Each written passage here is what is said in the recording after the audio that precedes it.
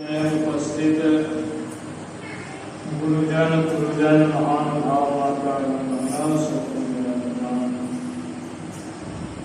हम लोग बहुत शुभ अवसर पर, पवित्र अवसर पर जत्र तत्र से एकत्र होकर गुरु महाराज के जयंती मनाने के लिए हम लोग उपस्थित हैं। यह समय बहुत मूल्यवान समय जो गुरु महाराज के जन्म दिवस मनाने के लिए सत्संग मंदिर में आकर के यह समय जो आप लोग दिए हैं, यह समय आप लोगों के लिए बड़ा लाभदायक समय होगा और यही समय ईश्वर परमात्मा के दरबार में यह समय का जो है गणना रहेगा, गिनती रहेगा। स्वार्थ में जो समय बिताते हैं वह तो स्वार्थ का समय ईश्वर परमात्मा के दरबार में उसका कोई गिनती नहीं है, क्योंकि अभी हम लोग गुरु महाराज अपने गुरु के ज्ञान को सुना रहे थे। मुरादाबाद का प्रवचन आप लोगों ने सुना। मेरे गुरुजी ने कहा था, अर्थात गुरु महाराज के जो गुरु थे बाबा देवी साहब, गुरु महाराज बाबा देवी साहब के ज्ञान को ही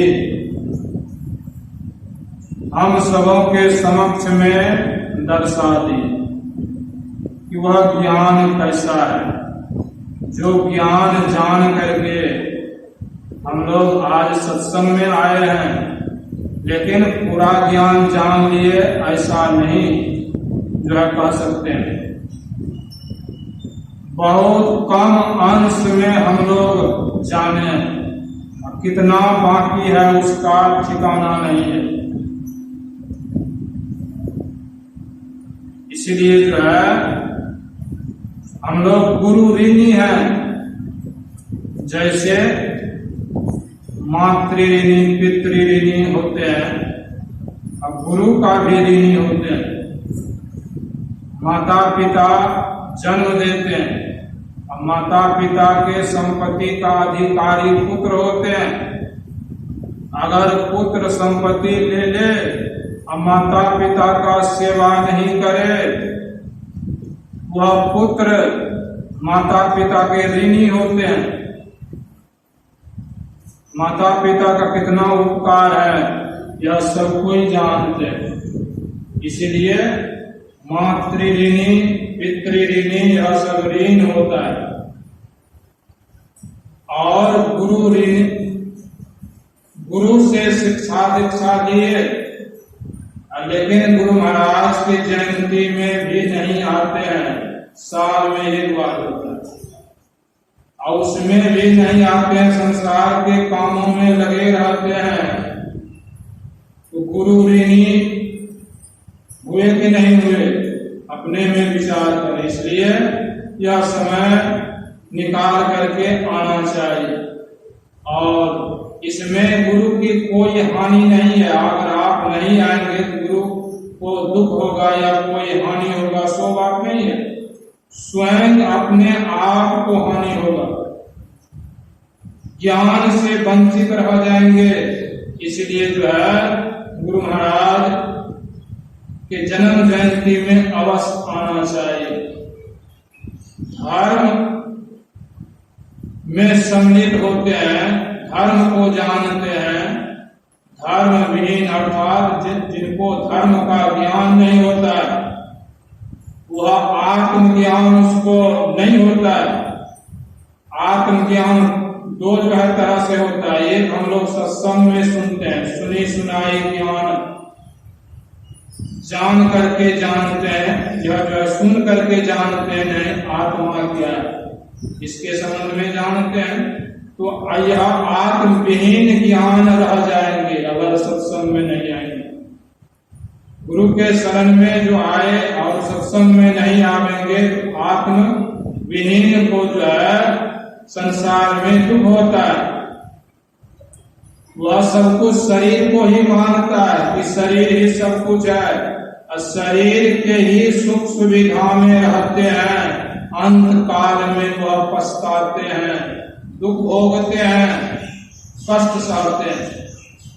इसलिए आत्मा का ज्ञान सत्संग से जानने में आता है और ध्यान करने से, गुरु से युक्ति जो मिला है, ध्यान करने से आत्मा को पहचानते हैं। जानना और पहचानना दोनों में बहुत अंतर है।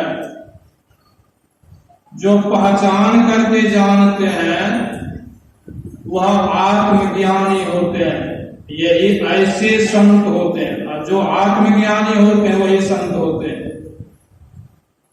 इन्हीं संतों के जन्म दिवस मनाने के लिए हम लोग आए हैं।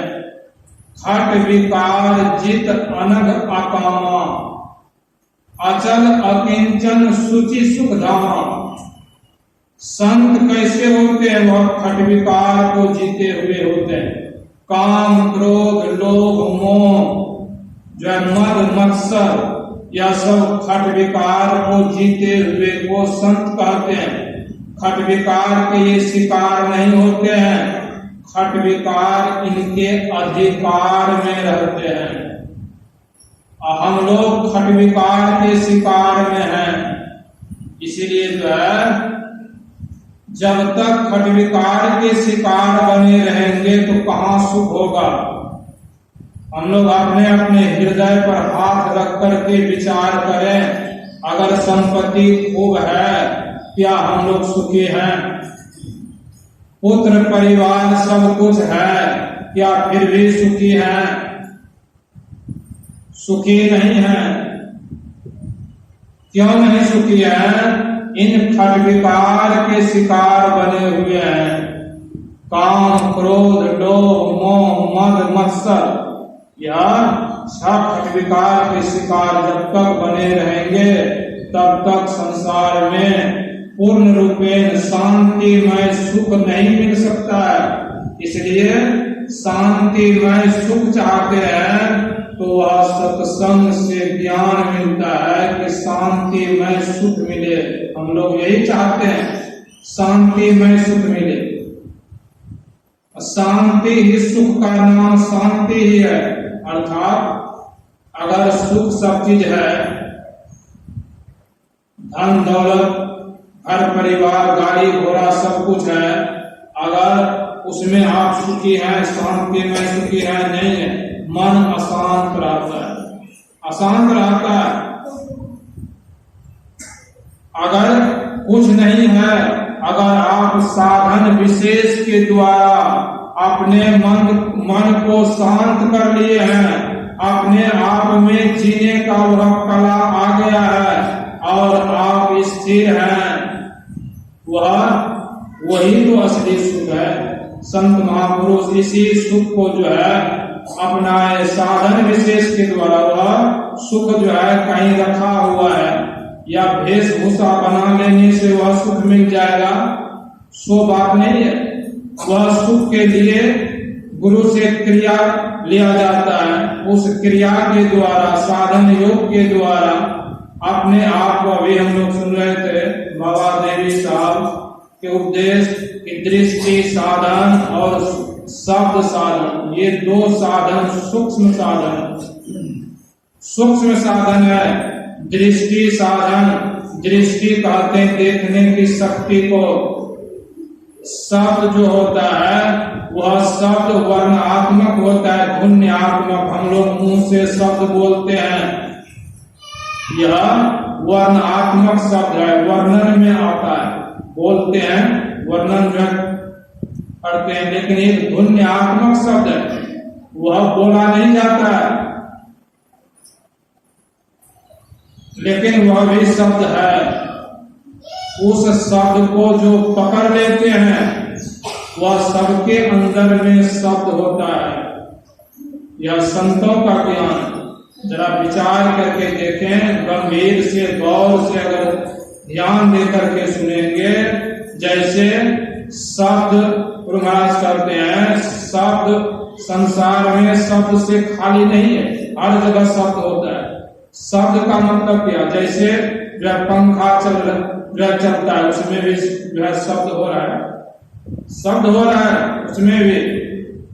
और पेट्रोमेक्स जलाइए उसमें भी शब्द होता है।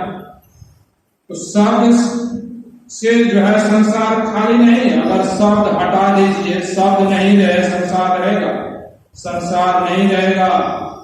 शब्द से ही संसार चलता है और प्रकाश से ही संसार जो है चलता है। शब्द और प्रकाश अगर संसार से हट जाए, अंधकार ही अंधकार रहे, रात्रिक ही रात्रिक रहे, तो जुल्म हो जाएगा। और शब्द नहीं रहे तो शब्द से संसार का प्रबंध होता है। संत महापुरुष जो समझाते हैं, अगर एक राष्ट्र से दूसरे राष्ट्र से जो है झगड़ा हो जाता है, उसको जो है कैसे जो है समझाते हैं, कैसे मेल होता है? शब्द से होता है, बोल करके शब्द से मेल होता है। या चोर बदमाश आ गए, उसको कैसे जो है भगाते हैं? तो शब्द के द्वारा, शब्द के द्वारा। चाहे गोला बारूद जो है बरसाते हैं, उसमें भी शब्द होता है। तो कहने का मतलब है, संत महापुरुष कहते हैं, यह तो संसार का शब्द है, लेकिन परमार्थ जो सूक्ष्म शब्द है वह भी सबके अंदर में है। लेकिन वह दृष्टि साधन के द्वारा शब्द को पकड़ा जाता है और शब्द से निशब्द में जाता है, तो यह अपना पहचान हो जाता है, वहां अपना पहचान होता है। इस शरीर में जड़ है, यह शरीर जड़ है, इस शरीर में चेतन आत्मा है।